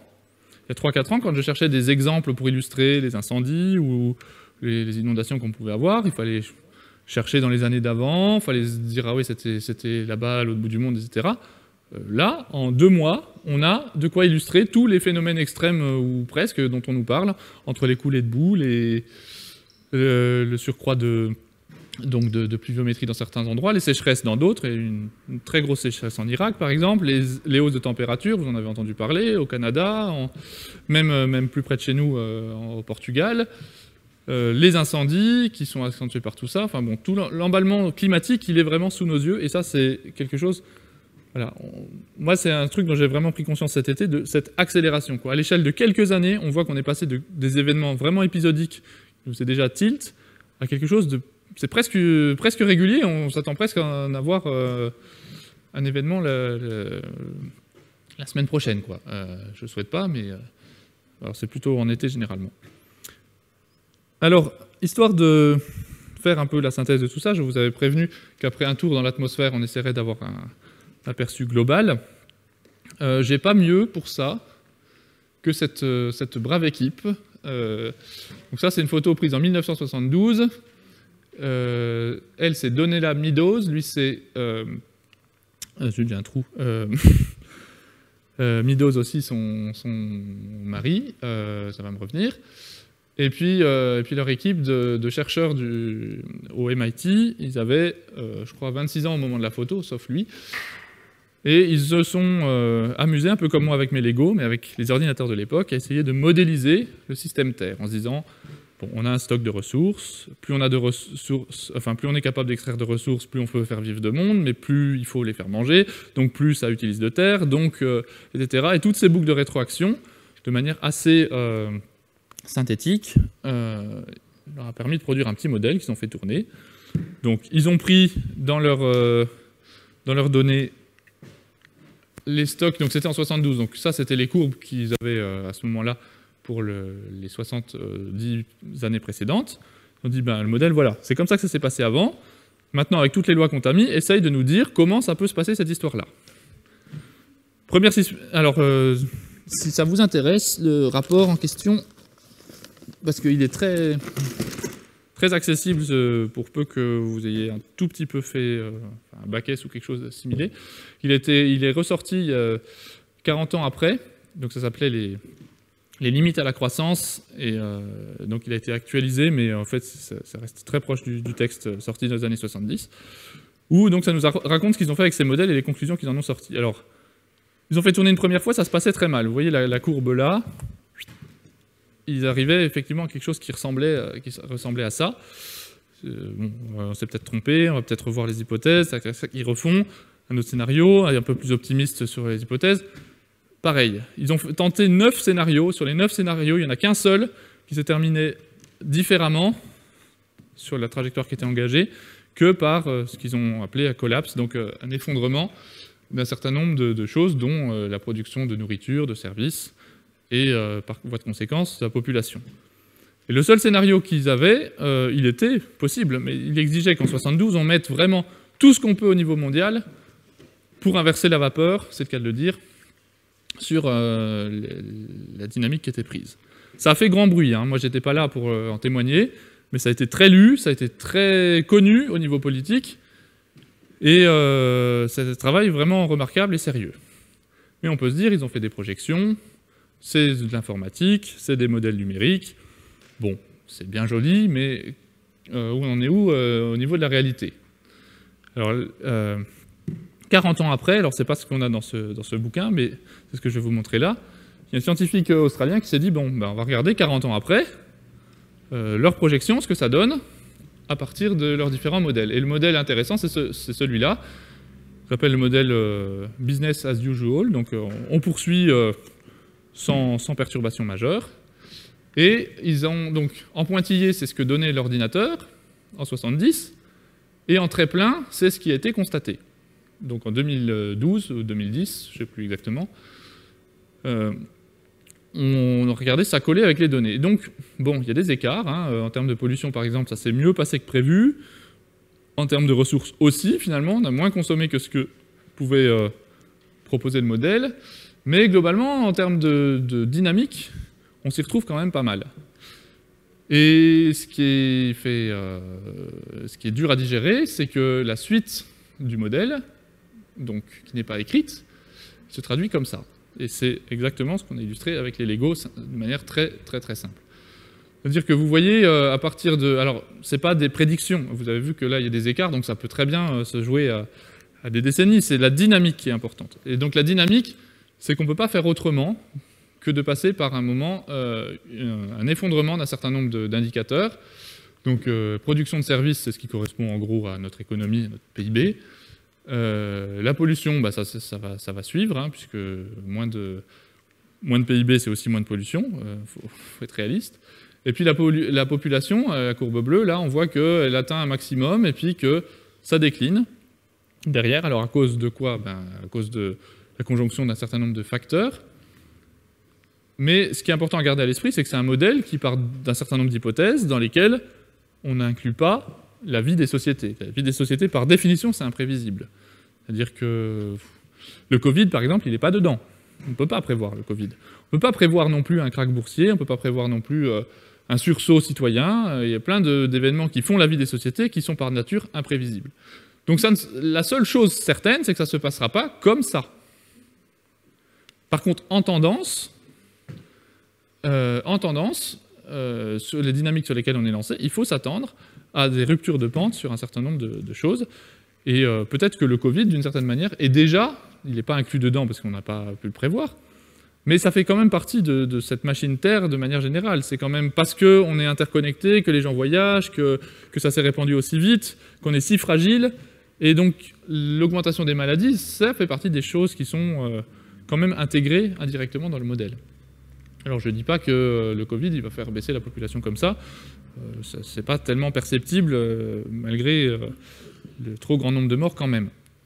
Mais ça c'est vraiment la courbe phare, vous voyez sur le logo Creusot Monceau Transition, on a d'ailleurs repris cette tendance avec une courbe qui descend méchamment et puis une courbe en pointillé qu'on aimerait être celui qu'on prend, c'est-à-dire qu'on va vers un état d'équilibre qui est celui, non pas qu'on nous aura imposé parce qu'on n'aura rien anticipé, mais celui qu'on aura choisi parce que ça dessine un futur désirable.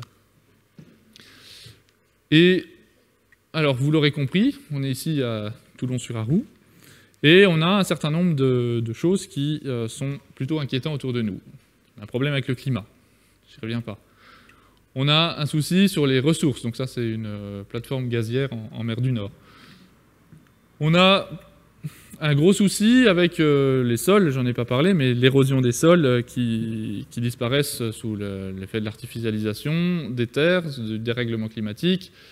Et on a besoin de sols pour faire pousser de la nourriture, notamment. Et le problème de l'eau avec aussi. Qui est pas, je parle vite fait, mais c'est pas du tout négligeable. Alors là, j'ai pris une photo d'incendie, mais en fait, ce que je voulais illustrer par là, c'était la perte de biodiversité. Encore un super sujet dont je ne vais pas parler ce soir. Je ne suis pas compétent pour ça, mais bon, sans rappeler les chiffres dramatiques, on est sur des rythmes là, de disparition qui sont absolument effarants aussi. On a un problème même de pollution. Alors la pollution matérielle, mais aussi pollution de l'air, pollution des eaux, pollution des sols, qui sont un certain nombre de choses dont on aimerait bien se passer quand même pour faire face aux challenges précédents. Et puis, tout ça dans un contexte d'inégalité absolument criant et grandissant. Ça, c'est une photo en Afrique du Sud, où vous voyez les bidonvilles d'un côté, une route, et puis les villas luxueuses à quelques centaines de mètres. Combien de temps ces choses-là peuvent tenir sans que les gens passent la barrière quoi qu'il en coûte? On a déjà une barrière qui s'appelle la Méditerranée qui est franchie de plus en plus allègrement, quel que soit le prix à payer. Voilà, c'est quelque chose que le Covid a accentué en plus, vous le savez aussi. C'est un paramètre du système qui est très important aussi à prendre en compte. Et puis là-dedans, on a la finance qui continue de manière complètement débridée à spéculer tout ce qu'elle peut, et dans un système qui est d'une instabilité redoutable, tous les spécialistes le disent. Si choc il y a, il sera bien plus important que celui qu'on a vécu en 2008. Et puis, alors pourquoi j'ai mis celle-là? C'est pour les ressources minières, essentiellement les métaux dont on parlait tout à l'heure. Parce qu'en fait, si on manquait d'énergie, mais qu'on avait beaucoup de métaux, quelque part, on pourrait, du coup, faire des infrastructures qui nous permettraient d'aller chercher plus loin, de se compenser un peu. Et inversement, si on manquait d'énergie, mais qu'on avait... Non, si on manquait de métaux, mais qu'on avait beaucoup d'énergie, un certain nombre de choses qu'on pourrait compenser aussi. Voilà, l'un par l'autre, en fait, ça pourrait adoucir les choses. Le problème, c'est que sur les métaux, c'est hyper tendu aussi. Ça, c'est une mine à ciel ouvert de cuivre, je crois. C'est où je l'ai noté quelque part, mais de tête, je vais dire une bêtise. Mais... non, je suis pas sûr. Je crois que c'est plutôt en Amérique du Sud, mais je pourrais vérifier après. Si... Voilà. Et donc, le problème, c'est qu'un seul de ces problèmes-là, il a à lui seul le potentiel de déstabiliser complètement notre société à brève échéance. C'est ça qu'il faut... Moi, j'en ai marre du discours sur les générations futures. C'est pas les générations futures qui sont en jeu, c'est nous, d'ici qu'on enfin, dans les décennies qui viennent, on va voir des changements, et on les voit déjà, en fait, si on ouvre les yeux quand on parlait des problèmes climatiques, ou même, s'il y a 2 ans, on vous aurait dit, vous allez voir, on va être confiné, le monde entier de l'économie va être à l'arrêt, et puis on va se taper une pandémie dont on ne saura pas quoi faire pendant des mois, qui l'aurait cru, franchement, avant d'avoir les signes avant-coureurs? Et pourtant, ça s'est passé, et on l'a traversé en se disant le monde d'après, mais est-ce qu'on a vraiment pris la mesure que c'est quelque chose qui était encore il y a 2 ans complètement impensable? Et donc, alors je vous ai dit, j'en ai marre d'entendre parler des générations futures, parce que c'est une manière de se dire que le problème c'est pour les suivants, alors que ça nous concerne directement. C'est pas, enfin, ce serait même... Enfin, oui, c'est bien, hein, c'est altruiste, c'est de se dire c'est pour les autres, mais en fait, déjà nous, on va en faire les frais, ça pourrait nous motiver. Et puis, il y a un autre terme que je peux plus entendre, c'est le développement durable. Ça, c'était il y a 30 ans, on pouvait parler de développement durable. Maintenant, alors Denis Meadows, voilà, c'est Denis, son prénom, que j'ai oublié, c'est le barbu que vous aviez vu sur la photo en noir et blanc avant, qui a pris un peu de cheveux blancs, et qui dit, enfin il disait, là ça fait déjà 15 ans qu'il disait ça, mais il est trop tard pour le développement durable, il faut se préparer au choc et construire dans l'urgence des petits systèmes résilients. Et ça, c'est moi une citation que j'aime beaucoup, parce que ça replace les enjeux là où ils sont, et en même temps, où est-ce qu'il faut agir, en fait. Limiter le dérèglement climatique, il faut le faire, on peut faire tout ce qu'on veut, mais le dérèglement climatique, sur les 20 ans qui viennent, il est déjà joué, en fait. Donc ça ne veut pas dire qu'il faut rien faire, au contraire, chaque dixième de degré gagné, c'est ça de prix. Mais maintenant, on entre dans une période où c'est l'adaptation qui doit primer. Et le climat ne s'emportera que mieux, de toute façon. Mais les problèmes sont déjà là. Et donc, comme je disais, avec notamment le Covid qui l'illustre bien, nous entrons dans une époque où l'impossible devient probable. Alors j'ai bien conscience que déjà vous trouviez peut-être le temps long avec les Lego, mais finalement avec le recul vous vous dites qu'on a quand même passé un formidable moment, parce que c'était quand même vachement plus drôle que ce dont je vous bassine depuis une demi-heure. Et je le prends pour moi aussi, je veux dire, j'y suis habitué parce que j'en parle de temps en temps, parce que ça fait partie de ma grille de lecture du monde. Mais il n'empêche qu'à chaque fois que je prépare une intervention comme celle-là, parce que ça n'a pas l'air, mais je prépare un petit peu quand même, c'est toujours ce même choc, parce qu'en fait, dès qu'on sort, notre cerveau, il met ça de côté, et tant mieux, heureusement. Mais il nous anesthésie petit à petit, et il le faut, parce que, honnêtement, on ne peut pas vivre avec ça sous les yeux en permanence. Mais le danger, c'est de s'écarter des vrais enjeux. Je participais tout à l'heure à une réunion avec des collègues sur les futurs programmes pour les IUT, comme quoi on va introduire le développement durable, mais j'avais rien à dire dans cette discussion. On est complètement à côté de la plaque. C'est pas parce que dans 3 ans on mettra en place des formations qui vont leur apprendre à respecter les normes des entreprises aujourd'hui qu'on les prépare, nos jeunes, à ce que je vous ai montré là. Et donc, alors c'est vraiment important d'accueillir les sentiments que ça génère en nous. Moi, je suis un scientifique froid, rationnel, et je balance des chiffres, et puis débrouillez-vous avec ça. Non. Ça suscite de l'angoisse, ça suscite de la crainte, ça suscite de la tristesse, ça suscite peut-être de la révolte.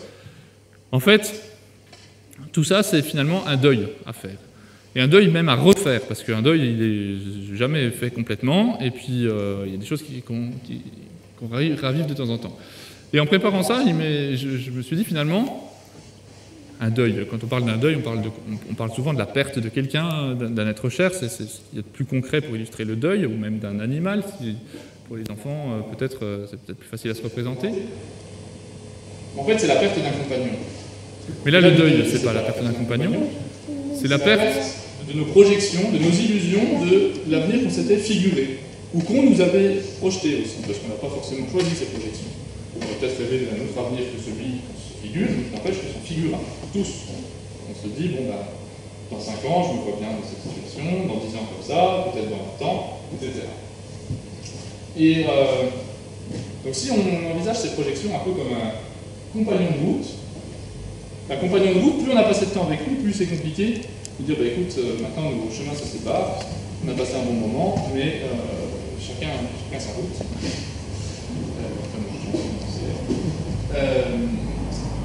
Et donc il faut, je pense qu'on peut voir voilà, une projection d'un certain nombre de choses qu'on s'était mis en tête comme quelque chose qui nous a accompagnés et qui nous a accompagnés dans les moments costauds de notre vie, quand on s'est marié, quand on a fondé une famille, quand on a choisi un travail.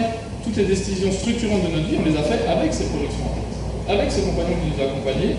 Et là, on est en train de réaliser, mais en fait ces projections sont peut-être pas en phase avec la réalité. Et puis, c'est compliqué, c'est qu'en plus, ça me donnait une ligne qui était bien dessinée, bien claire de ce qui nous attendait. Et là, non seulement c'est pas ça, mais en plus, je sais pas ce que ça va être à la place. Donc, c'est vachement angoissant. Et donc, ça, c'est quelque chose qui est bien connu. Madame Kubler-Ross parle des phases du deuil. Bon, je ne sais pas si scientifiquement il y a toutes les preuves, mais je trouve que ça image bien les choses. C'est-à-dire que passer un deuil, que ce soit la perte d'un proche, ou une catastrophe de vie, ou la situation présente face aux mauvaises nouvelles dont je me fais oiseau de mauvais augure ce soir, il y a une première phase qui est le déni. Non, c'est pas possible. C'est pas possible, pas à moi, pas à lui, pas maintenant. Non, c'est pas possible, c'est pas possible. Et puis, en se rendant compte de la réalité, non, c'est déjà beaucoup de filles que je reçois qui m'annoncent le même truc. On commence à réaliser, et puis là, c'est la colère. C'est pas juste, c'est pas possible, c'est trop, c'est injuste, et on est en colère. Contre qui, contre quoi, on sait pas bien, contre Dieu peut-être, contre le monde, mais on est en colère. Puis vient après la peur, parce que du coup, qu'est-ce que je vais devenir sans ça? Il y a plein de choses qui s'écroulent autour de moi, il y a des choses que je pouvais faire que je ne peux plus faire, que je voulais vivre que je ne peux plus vivre, j'y arriverai jamais. Et puis ça laisse place gentiment à la tristesse, où là c'est plus le regret en me disant c'était quand même bien, tant pis. Et puis on entre progressivement dans l'acceptation. Non, voilà, la vie continue, et puis on est même capable de voir les avantages de la situation. Finalement, maintenant, voilà, cette voiture je l'aimais bien, mais maintenant que j'ai été obligé d'en racheter une autre, elle est plus petite, elle prend moins, et je suis plus heureux comme ça. Désolé pour les exemples, pas forcément toujours les plus pertinents. Mais donc cette phase d'acceptation, elle va à mon sens avec quelque chose d'indispensable, c'est la mise en action.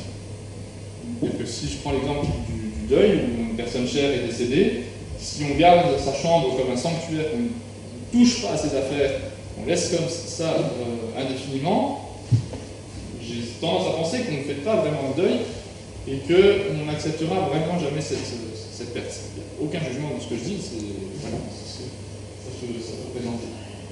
Mais quand on se dit, bon allez, on commence à s'autoriser à bouger les affaires, à se dire, à prendre du coup acte dans notre vie, que ça y est, cette personne, cet objet, quel que soit de quoi on fait le deuil, n'est plus là, et donc à le traduire concrètement, là il se passe quelque chose, et là on est capable d'envisager très différemment. Et face à cette situation, pour moi, je pense que c'est absolument clé.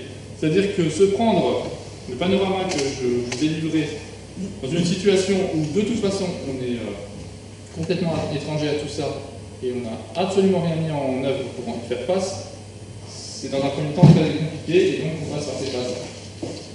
D'ailleurs, les premiers climato-sceptiques, les premiers gens dans le déni, c'est des gens qui ont gros à perdre. Hein. C'est rarement les petites gens qui peuvent, entre guillemets, configurer leur vie facilement.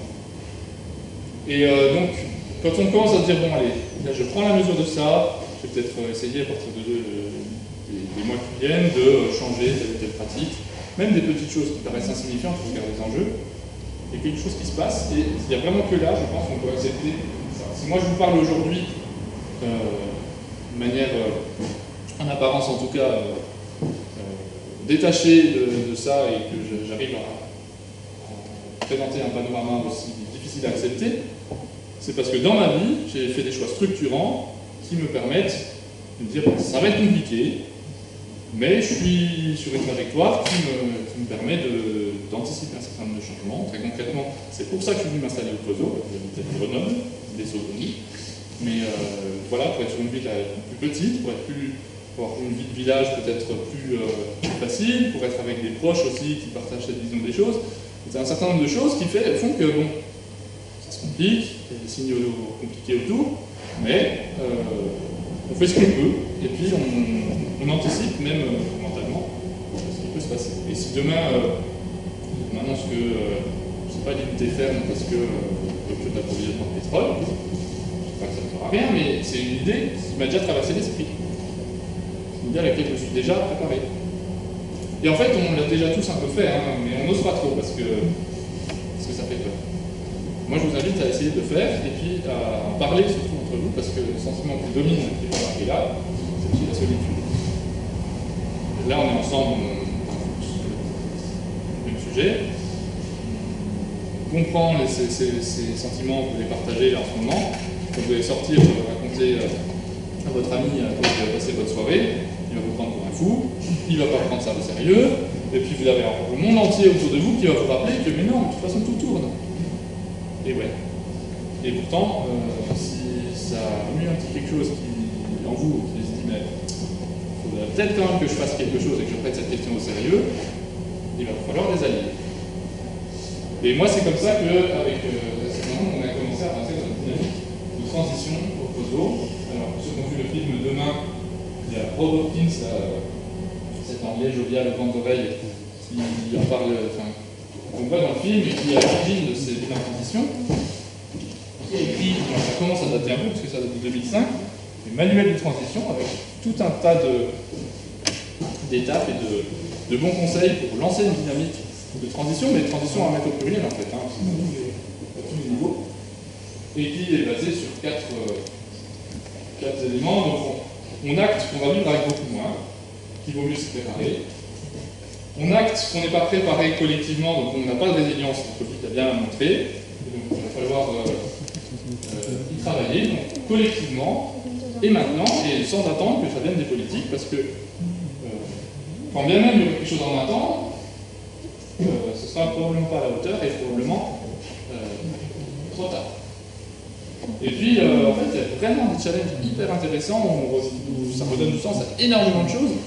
Et voilà, si j'ai l'énergie de venir en parler ce soir, c'est parce que on a aussi des choses hyper enthousiasmantes à faire. Quand vous avez fait le deuil d'un certain nombre de projections, vous avez le droit de reconstruire quelque chose à côté, et vous avez le droit de le reconstruire en cohérence avec tout ça, mais à votre image et à l'image de ceux qui ont envie de le faire avec vous, quoi. Et ça, je pense qu'on est la première génération dans l'histoire récente à avoir réellement cette opportunité-là. Il faut bien mesurer que pendant des millénaires, on naissait dans une famille, on reprenait le boulot comme son papa, quand on était un garçon, on restait à la maison comme sa maman quand on était une fille, et puis on n'avait pas le choix de notre trajectoire de vie, sauf quelques originaux qui sortaient du lot. Nous, on a eu un système éducatif qui nous a laissé un peu plus de choix quand même dans le métier depuis un certain temps. Mais malgré ce choix-là, on n'a pas vraiment choisi notre trajectoire de vie pour autant. Enfin, je ne sais pas, j'ai pas l'impression. Là, on a cette opportunité de se dire, bon, la retraite, à mon niveau, je ne compte pas dessus. Il se passera des choses d'ici là. Donc maintenant, j'ai envie de prendre du temps pour faire ce que les gens font habituellement à la retraite, en fait. Maintenant, je pense que le boulot, c'est important, mais que si je peux me dégager du temps pour de l'associatif, pour passer du temps sur des problématiques qui m'intéressent, pour préparer aussi concrètement, matériellement aussi un peu mon jardin, faire l'isolation, des choses comme ça, et ben, il faut que je le prenne maintenant, en fait. Et c'est hyper libérateur, ça, comme sentiment.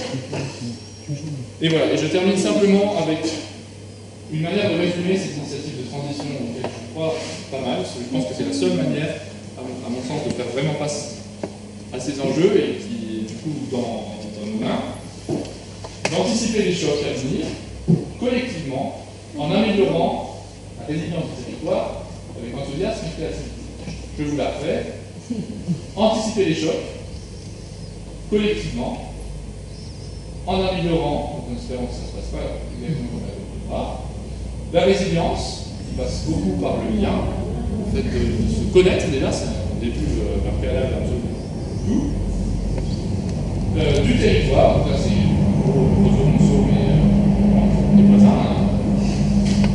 Et puis avec enthousiasme, voilà, je vais m'arrêter là parce que j'ai largement. Merci.